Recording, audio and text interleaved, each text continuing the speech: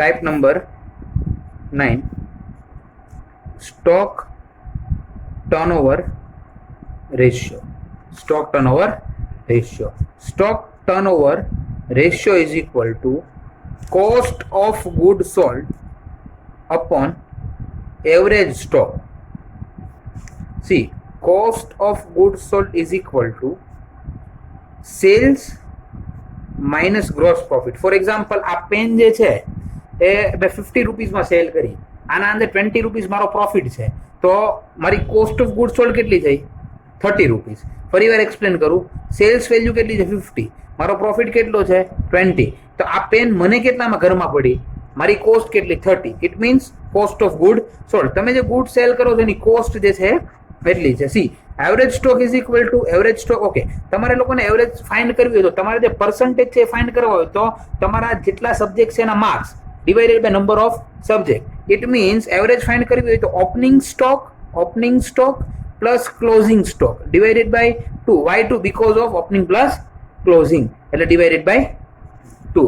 Okay, illustration number 24. Illustration number 24, page number 238.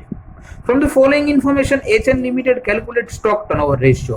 Okay, stock turnover ratio is equal to cost of goods sold upon average stock. Okay, sales ની information આપી છે. Sales 25 lakh. Then gross profit 4 lakh. Gross profit is equal to 4 lakh. Opening stock 4 lakh and closing stock 3 lakh. Closing stock 3 lakh. See, cost of goods sold is equal to sales minus gross profit. Here sales is equal to 25 lakh and also gross profit is equal to 4 lakh. So 25 lakh minus 4 lakh, it means 21 lakh. Cost of goods sold is equal to 21 lakh. Okay, cost of goods sold is equal to 21 lakh. Average stock is equal to opening stock plus closing stock divided by 2. Opening stock 4 lakh, closing stock 3 lakh. 4 plus 3 divided by 2 यानी कि 7 lakh divided by 2. It means 3,50,000. 21 lakh upon 3,50,000. It means 6 time. Okay, time એટલે કે ભાઈ 6 time જે છે આપણા બિઝનેસના અંદર stock change થયો. હું તમને લોકોને એક્સપ્લેન કરું કે જેટલી વાર બિઝનેસના અંદર સ્ટોક ચેન્જ થાય એટલું જે છે બિઝનેસ માટે સારું કહેવાય. બીકોઝ ઓફ બિઝનેસના અંદર ન્યૂ સ્ટોક જે છે આવે છે અને તમારો જે ઓલ્ડ સ્ટોક છે એનું શું થાય છે? સેલિંગ થાય છે. એટલે જેટલી વાર સ્ટોક બિઝનેસમાં ચેન્જ થાય, ફોર એક્ઝામ્પલ માનો કે કોઈને જે સ્ટોક આમ નમ જ છે તો આનો મતલબ શું સમજવાનો કે એને ત્યાં સેલિંગ જ નથી થયું, તો એ બિઝનેસ માટે સારી વાત નથી. Okay, then illustration number 25. Page number 238. From the following information, DD Company Limited calculate stock turnover ratio. Okay, so stock turnover ratio is equal to cost of goods sold upon average stock. Cost of goods sold में तुमने एक formula कीधું, કયું કીધું કે ભાઈ cost of goods sold is equal to sales minus gross profit. Okay sir, sales ની information નથી તો આનો એક બીજું ફોર્મ્યુલા છે. આ બે જ ફોર્મ્યુલા તમારે કોસ્ટ ઓફ ગુડ્સ સોલ્ડ માં યુઝ થશે. COGS is equal to opening stock plus purchase expense minus closing stock. I repeat, cost of goods sold is equal to opening stock plus purchase expense minus closing stock. Sir, અમારા મનમાં એક doubt છે sir, આ formula ક્યારે helpful થાય અને આ formula ક્યારે હેલ્પફુલ થાય? કયું ફોર્મ્યુલા ક્યારે જે છે તમારે કોસ્ટ ઓફ ગુડ્સ સોલ્ડ માં લેવાનું? સી, તમને સેલ્સ ઇન્ફોર્મેશન આપી હોય તો તમારે જે છે કયું ફોર્મ્યુલા આવશે? સેલ્સ નું ફોર્મ્યુલા આવશે. અને તમને સેલ્સ ની ઇન્ફોર્મેશન નથી આપી બટ ક્વેશ્ચન ના અંદર પરચેઝ એન્ડ પરચેઝ એક્સપેન્સ તમને લોકોને પ્રેઝન્ટ કરેલા છે, તો તમારે કયું ફોર્મ્યુલા લેવાનું છે? પરચેઝ રિલેટેડ ફોર્મ્યુલા લેવાનું છે. ઓકે, અહીંયા જે છે આપણે જોઈએ તો શું છે તો કે first will find cost of good sold. Okay, sales ની ઇન્ફોર્મેશન નથી, ઇટ મીન્સ મારા પરચેઝ નું ફોર્મ્યુલા લેવું પડશે. Opening stock plus purchase expense minus closing stock. See opening stock 30,000, purchase 4,80,000, purchase expense 20,000, closing stock 40,000. 30 plus 480, 5,10,000, 5,10,000 plus 25, 35, 30 minus 40, it means 4,90,000. Cost of goods sold is equal to 4,90,000. Upon average stock is equal to opening plus closing divided by 2. Opening stock is equal to 30,000, closing stock is equal to 40,000 divided by 2. 70 divided by 2 यानी कि 35,000 જે છે average stock, it means 14 time. તો આ બિઝનેસના અંદર ઘણી બધી વાર જે છે તમારો સ્ટોક ચેન્જ થયો કહેવાય. ઓકે, તો આ જે છે તમારા લોકોનું સ્ટોક ટર્નઓવર રેશિયો હતું.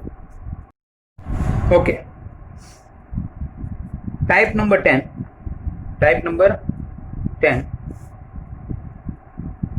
Working capital turn over ratio. Working capital turnover ratio. Working capital turnover is equal to sales upon working capital.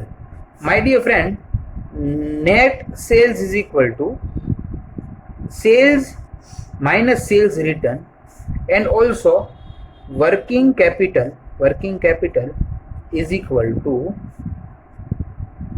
current assets minus current liability. આપણા બિઝનેસમાં કેટલી અમાઉન્ટ વર્ક કરે છે એની વાત છે. કરંટ અસેટ્સ, બિઝનેસના અંદર current assets यानी કે ડેટર્સ, સ્ટોક, બિલ્સ રિસીવેબલ એક્સેટ્રા જે છે એટલી અમાઉન્ટ છે.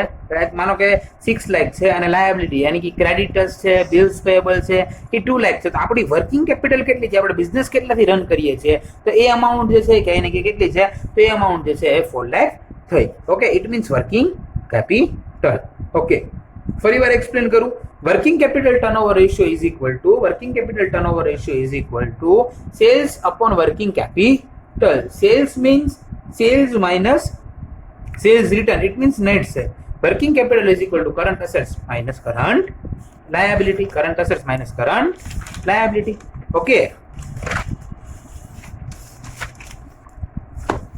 Illustration number 26. From the following information, HR Limited calculate working capital turnover. Okay, બીજું એક વાત તમને કહી દઉં, વર્કિંગ કેપિટલ ટર્નઓવર બે રીતે ફાઇન્ડ થાય છે. એક તો જે છે ન્યુમરેટરમાં સેલ્સ લઈ શકીએ or cost of good sold બી લઈ શકીએ. ઓકે, તમને ક્વેશ્ચનમાં કોસ્ટ ઓફ ગુડ સોલ્ડ આપેલું હોય ત્યારે તમે જે છે cost of good sold through બી જે છે working capital turnover ratio find કરી શકો છો, અને સેલ્સ થ્રુ બી જે છે વર્કિંગ કેપિટલ ટર્નઓવર રેશિયો તમે ફાઇન્ડ કરી શકો છો. ઓકે, ચલો. From the following information, HR Limited calculate working capital turnover. Okay, working capital turnover ratio is equal to formula શું હતું, sales or cost of goods sold upon working capital. Total sale is equal to 22,20,000, sales return 20,000. It means net sales minus sales return. Okay, sales કેટલું છે 22,20,000, sales return છે 20,000. It means net sale 22 lakh. Okay, net sale કેટલું છે 22 lakh, net sale 22 lakh. Working capital is equal to current assets minus current liability. Current assets is equal to 6,000, current liability is equal to 2,000. यानी कि 6 lakh minus 2 lakh, it means 4 lakh. Okay, so by 22 lakh divided by 4 lakh, it means 5.5 time. 5. તમારા બિઝનેસના અંદર working capital કેટલું in a year કેટલા time જે છે change થાય છે, 5.5 ટાઈમ ચેન્જ થાય છે, વર્કિંગ કેપિટલ ચેન્જ થતી રહે છે. ઇલિસ્ટ્રેશન નંબર 27 થોડું ટફ છે ને એક્ઝામમાં પૂછવાના ચાન્સીસ વધારે છે 2 માર્ક્સમાં. From the following information, MN Limited calculate working capital. Okay, working capital ratio is equal to working capital turnover ratio is equal to sales upon working capital. Sales ના ઓરમાં cost of good sold બી આપણે લઈ શકીએ છીએ. Cells ના ઓરમાં આપણે શું લઈ શકીએ છીએ? કોસ્ટ ઓફ ગુડ સોલ્ડ બી આપણે લઈ શકીએ છીએ. ઓકે, સેલ્સ ના ઓરમાં આપણે કોસ્ટ ઓફ ગુડ સોલ્ડ બી લઈ શકીએ છીએ. ઓકે, હવે ઇન્ફોર્મેશન જોજો. વર્કિંગ કેપિટલ કેટલી છે? 3 લાખ છે.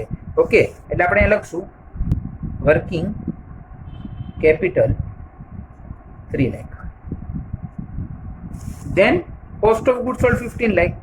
Cost of good sold 15 lakh. Then gross profit 25%.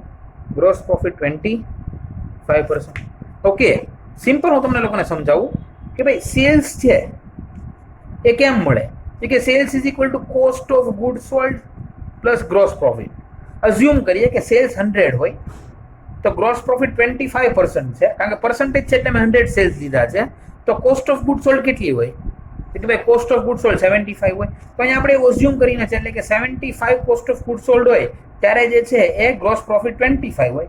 તો કોસ્ટ ઓફ ગુડ સોલ્ડની અમાઉન્ટ કેટલી છે? 15 લાખ છે. તો 25 એ કેટલા? Cross multiply 15 lakh into 25 divided by 75. 15 lakh into 25 divided by 75. It means our answer is 5 lakh. કેટલો આવ્યો?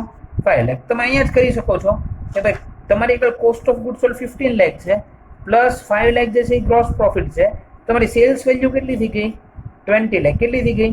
20 લાખ. તો સિમ્પલ છે, સેલ્સની જગ્યાએ 20 lakh. See working capital 3 lakh. 20 lakh divided by 3 lakh. 20 lakh divided by 3 lakh. Answer is 6.67. Okay, આને નાને જે છે આને નાને તમે working capital turnover ratio is equal to cost of good sold upon working capital. See cost of good sold કેટલી છે? 15 લાખ છે. 15 લાખ ડિવાઇડેડ બાય કેટલા? 3 lakh. Answer is 5 time. Answer is 5 time. Sales find કરવું છે એટલે એક લોજિક આવ્યું, sales is equal to cost of good sold plus gross profit. આ સેલ્સનો એક ફોર્મ્યુલા છે. ગ્રોસ પ્રોફિટના પર્સન્ટેજ 25 છે, પર્સન્ટેજ છે એટલે ટોટલ સેલ 100 હશે. ઇટ મીન્સ આપણે જે છે એ કોસ્ટ ઓફ ગુડ સોલ્ડ કેટલી હશે? 75%. અહીંયા 15 લાખ છે તો તમે અહીંયા ચેક કરી શકો છો કે 15 લાખ એ સોરી 75% એ 15 લાખ. તો 25% એ કેટલો પ્રોફિટ હોય? તો કે ભાઈ 5 લાખ. તો 15 lakh plus 5 lakh it means selling price કેટલી છે? 20 લાખ. ઓકે, તો આ જે છે તમારા લોકોનું ચેપ્ટર જે છે એ આજે 2 મેથડ આજની પૂરી થઈ. કઈ મેથડ કમ્પ્લીટ થઈ? વર્કિંગ કેપિટલ ટર્નઓવર રેશિયો અને સ્ટોક ટર્નઓવર રેશિયો. 2 મેથડ જે છે આપણે જોઈએ. હવે તમારે હોમવર્કમાં એક્સરસાઇઝના સમજે છે કમ્પ્લીટ કરવાના છે. Thank you.